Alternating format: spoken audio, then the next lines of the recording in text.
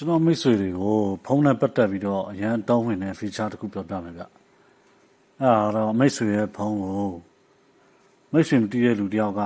ယူပြီးကြည့်မယ်။ဒါမှမဟုတ်တစ်စုံတစ်ယောက်ကစစ်ဆေးမယ်ဆိုရင်မိတ်ဆွေရဲ့ဖုန်းထဲမှာတုံးထားတဲ့ဖုန်း contact တွေ application တွေပုံတွေ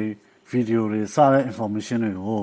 မတွေ့အောင်လို့ဘယ်လိုလုပ်ရမလဲ။အဲ့ဒါတွေကိုအခုကျွန်တော်ဒီ video ထဲမှာပြောပြထားတဲ့အတွက်အဆုံးထိကြည့်ပေးကြပါ။အဲ့ဒါကတော့ scan space feature လို့ခေါ်ပါတယ်။ Xiaomi ဖုန်းတွေတော်တော်များများမှာတော့လုပ်လို့ရပါတယ်။တခြား iPhone တို့ Samsung တို့ဆိုရင်တော့ Tab application ထည့်ပြီးတော့မှတောင်းလို့ရပါမယ်။ဟုတ်ကဲ့လိုက်လို့ကြည့်ပါဗျ။ပထမဆုံးမိတ်ဆွေရဲ့ဖုန်းထဲက setting ကိုသွားမယ်။ setting ထဲကနေပြီးတော့ရွှေ့ကြည့်ပြီးတော့ကျွန်တော်ရဲ့ဖုန်းမှာတော့ special feature ဆိုတဲ့နေရာလေးကိုနှိပ်ရမယ်။ကြရင်အဲ့မှာ scan space ဆိုတာကိုတွေ့မယ်နော်။ special feature ကိုမတွေ့ဘူးဆိုရင်တော့ privacy and security ထဲမှာနှိပ်ကြည့်ပါ။အဲ့ထဲမှာရွှေ့ကြည့်လိုက်ရင် scan space ဆိုတာကိုတွေ့ပါမယ်။ကျွန်တော်ဖုန်းထဲမှာတော့ special feature ကိုနှိပ်ပြီးတော့ကျွန်တော်က scan space ထဲကိုသွားလိုက်မယ်နော်။ခါလေးစောင့်ရင်သူက scan space ထဲကိုရောက်သွားလိမ့်မယ်နော်။အဲ့မှာ continue ကိုထပ်နှိပ်မယ်။ continue ကိုနှိပ်ပြီးတော့ရင်သူက password ကိုpassport နဲ့ထားမလားဒါမှမဟုတ် shortcut နဲ့ထားမလားဆိုမှနှစ်ခုမေးလိုက်မယ်နော်အဲ့မှာကိုကြိုက်ရနဲ့ထားလို့ရပါတယ်ကျွန်တော်ကတော့ passport နဲ့ထားတဲ့ဟာလေးပြမယ်နော် passport ကိုနှိပ်ပြီးတော့ continue နှိပ်လိုက်မယ်အဲ့မှာ step ကိုနှိပ်လိုက်မယ်သူက confine first page password ဆိုတော့ပထမဆုံးကိုယ့်ရဲ့ဖုန်းထဲမှာရှိတဲ့ကိုပုံမှန်သုံးနေကြ password ကိုထည့်ရမယ်နော်အဲ password ကိုထည့်ပြီးတော့မှ next ကိုနှိပ်မယ်အမှသူက second space အတွက်ပင်နံပါတ်တက်မှတ်ခိုင်းမယ်နော်အဲဆိုရင်ကိုကြက်နေတက်တဲ့ကိုမှတ်မိလွယ်တဲ့ဟာလေးထည့်ပါနော်အဲ confine ပြန်လုပ်ခိုင်းမယ်နှစ်ခါနှိပ်မယ်နှိပ်ပြီးတော့ရင်သူက fingerprint လောက်မလားဆိုမှမေးလာတယ်အဲဆိုရင်ကျွန်တော်က search ကိုနှိပ်မယ်နော် search now နှိပ်မယ်ပထမဆုံး password ကိုသုံးနေကြ password ကိုထည့်လိုက်မယ်ကြရင်ကိုတုံးချင်တဲ့လက်ပွေကိုလက်ပွေရဖတ်တဲ့နေရာမှာထားမယ် second space password တခါထပ်ထည့်ခိုင်းတယ်ထည့်မယ်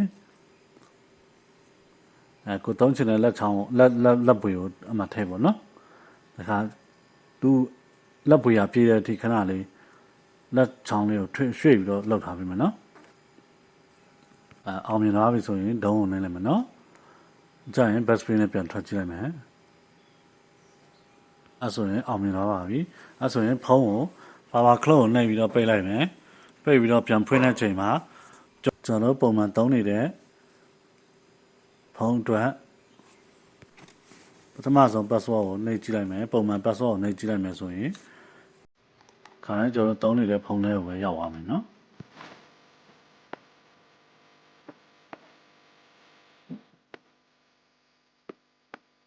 power clock ကိုပြန်ပိတ်လိုက်မယ်ပြန်ဖွင့်ပြီးတော့ second space password ကိုထည့်ကြည့်မယ်ဒါဆိုရင်ကျွန်တော် second space ထဲကိုရောက်သွားပါပြီအဲ့ထဲမှာ Play Store တို့ YouTube တို့အကုန်လုံးက email တခြား email အတစ်ထည့်ပြီးတော့မှပြန်သုံးလို့ရပါတယ်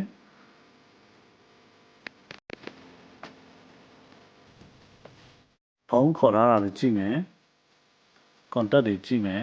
တစ်ခုမှရှိနေပါဘူးတစ်ဖုန်းအတစ်လုံးဝအတစ်ပုံစံတိုင်းဖြစ်နေမယ်နော်gallery ထဲမှာလည်းဘာပုံမှမရှိပါဘူးအဲဆိုရင်တော့မိတ်ဆွေရဲ့ဖုန်းကဖုန်းလုံးထဲမှာပဲဖုန်းအတစ်ကောကိုပုံမှန်သုံးနေကြဖုန်းပုံစံကိုနှမျိုးလုံးသုံးလို့ရပါတယ်။စုံတယောက်ကယူကြည့်ခဲ့မယ်ယူဆွေးခဲ့မယ်ဆိုရင်ဒီလိုမျိုးလောက်ထားခြင်းအဖြစ်မိတ်ဆွေရဲ့ data တွေ channel တွေကိုသူတွေ့မှာမဟုတ်ပါဘူး။တော်တဲ့လုံခြုံမယ်လို့ထင်ပါတယ်။အဆင်ပြေကြပါစေ။ဗီဒီယိုလေးကိုဆုံးဖြတ်ကြည့်ပြီးတဲ့အတွက်ကျေးဇူးတင်ပါတယ်ဗျာ။